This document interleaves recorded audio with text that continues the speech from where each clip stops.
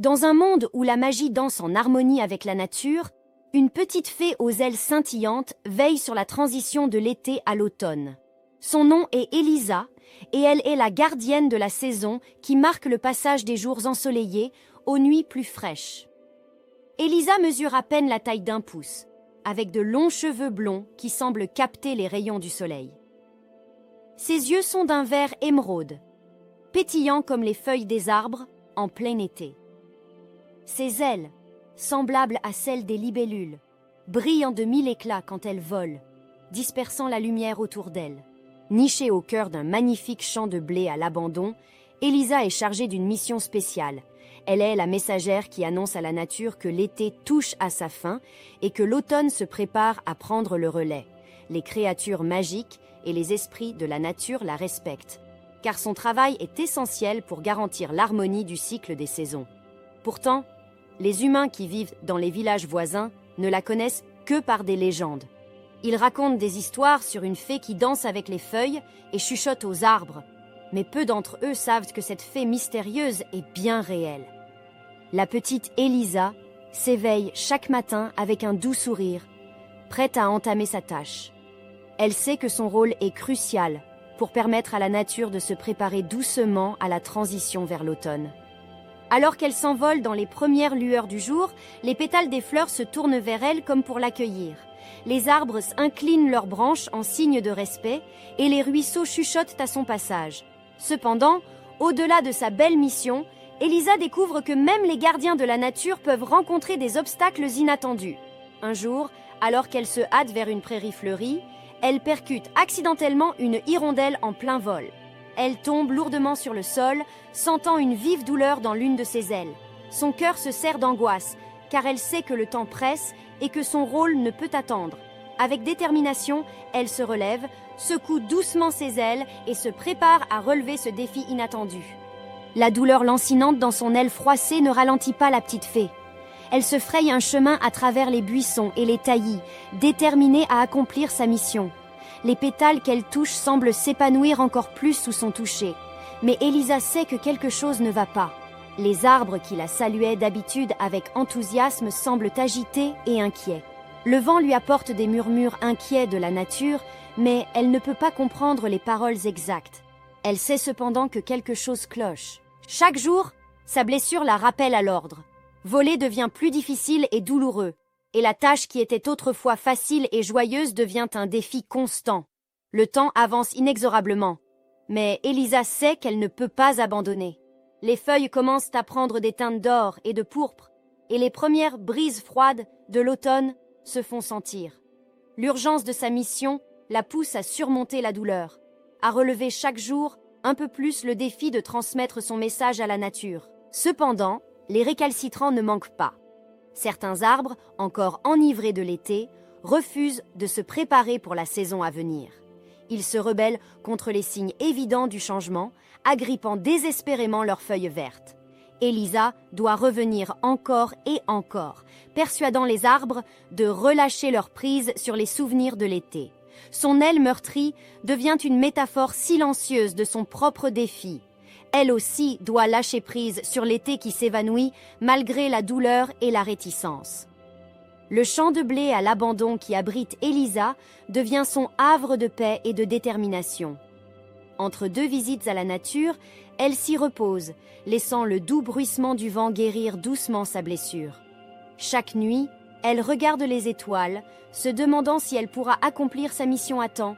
Les jours passent rapidement, et elle sait que bientôt l'automne sera une réalité inéluctable.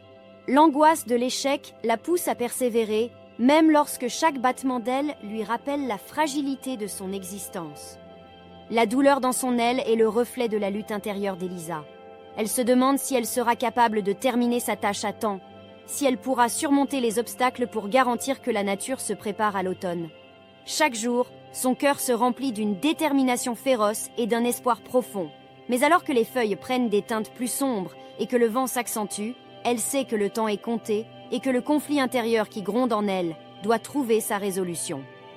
À mesure que les jours raccourcissent et que l'été se transforme lentement en automne, Elisa intensifie ses efforts. Elle parle aux arbres avec plus de détermination, chuchote des mots d'encouragement aux fleurs qui s'inclinent sous le poids des premières feuilles d'automne. Chaque matin, elle se lève avec le soleil pour transmettre ses messages à la nature. La petite fée savait également que sa tâche ne se limite pas seulement à annoncer le changement de saison. Elle est un lien vital dans le processus de préparation de la nature pour l'automne et l'hiver. En parlant aux animaux, elle les pousse à commencer à stocker des provisions et à se préparer à l'hibernation. Elle guide les oiseaux migrateurs dans leur voyage vers des climats plus chauds. Elle murmure aux arbres de la forêt, leur rappelant de laisser tomber leurs feuilles et de se préparer à la période de repos qui approche. Alors que l'été touche à sa fin, Elisa peut voir les premiers signes de réussite. Les arbres adoptent doucement des teintes dorées et rougeâtres. Les champignons commencent à pousser dans les coins ombragés de la forêt. Les animaux deviennent plus actifs dans leur quête de nourriture et de chaleur. La nature elle-même semble reconnaissante de l'aide d'Elisa. Cependant, le temps presse et Elisa se sent parfois dépassée par la quantité de travail à accomplir. Elle sait que le premier jour de l'automne approche rapidement et elle ressent la pression de mener sa tâche à bien. Les nuits deviennent plus fraîches, le vent souffle avec une légère morsure. Elisa n'a plus de temps à perdre. Chaque journée est un mélange de fatigue et d'espoir. Elisa se bat contre ses propres doutes et ses moments de faiblesse. Mais à chaque fois qu'elle voit les résultats de son travail, un oiseau migrateur prêt à s'envoler, un arbre qui laisse tomber sa première feuille, son cœur se remplit de fierté et de satisfaction. Alors que le dernier jour de l'été arrive, Elisa peut enfin se permettre un sourire de soulagement. Sa mission est accomplie, la nature est prête pour le changement de saison. Elle se rend dans le champ de blé où elle réside, regardant le soleil se coucher sur l'horizon pour la dernière fois de l'été. Avec un sentiment de devoir accompli, elle se prépare à accueillir l'automne et à laisser place à la prochaine fée de saison. À mesure que les derniers jours de l'été s'égrènent, Elisa ressent un mélange d'excitation et d'appréhension. Elle a réussi à accomplir sa tâche avec succès, mais elle sait que son temps en tant que fée de fin d'été touche à sa fin. Chaque coucher de soleil devient plus mélancolique alors que l'automne se profile à l'horizon. Pourtant, Elisa sait qu'elle ne peut pas s'accrocher au passé. Elle a appris que le cycle des saisons est inéluctable et elle doit faire confiance à la prochaine fée de saison pour prendre le relais. Un matin, alors que la rosée de l'aube brille sur les feuilles dorées, Elisa quitte son champ de blé pour la dernière fois. Elle se rend au cœur de la forêt où la fée de fin d'automne l'attend. Les deux fées se regardent, leurs yeux reflétant une compréhension du travail qui vient d'être accompli et de celui qui s'annonce. Elisa partage ses expériences, ses succès et ses défis. La fée de fin d'automne l'écoute attentivement, puis lui assure que son travail n'a pas été vain et que maintenant, elle peut se reposer. Aussi ensemble, elles observent les premières feuilles tomber des arbres, sentent la brise fraîche qui annonce l'arrivée de l'automne. Avec un sourire, Elisa laisse derrière elle sa tâche et s'envole vers le ciel d'automne. Elle sait que la nature sera entre de bonnes mains, que la fée de fin d'automne continuera son travail avec autant de dévouement. Alors qu'elle disparaît dans les rayons du soleil, Elisa ressent un sentiment de fierté et de libération. Elle sait qu'elle a joué un rôle essentiel dans le fonctionnement harmonieux du monde naturel. Dans les semaines qui suivent, les couleurs d'automne se déploient dans toute leur splendeur. Les arbres se parent de teintes rouges, oranges et dorées, créant un spectacle époustouflant. Les animaux achèvent leurs préparatifs pour l'hiver et la nature semble prête à entrer dans sa période de repos. Les humains admirent le changement de saison, souvent sans se douter de l'existence de la petite fée qui a orchestré cette transformation. Elisa sait qu'elle a accompli sa mission avec succès. Alors qu'elle observe le monde autour d'elle, elle se sent à la fois connectée à la nature et libre de son devoir. Elle se prépare à un autre voyage, une nouvelle aventure dans un autre coin du monde. Mais pour l'instant, elle se fond dans le paysage d'automne, une part discrète et magique du spectacle qui se déroule devant les yeux émerveillés des humains. Ainsi se termine le récit de la fée de fin d'été, une créature délicate dont la tâche essentielle passe souvent inaperçue.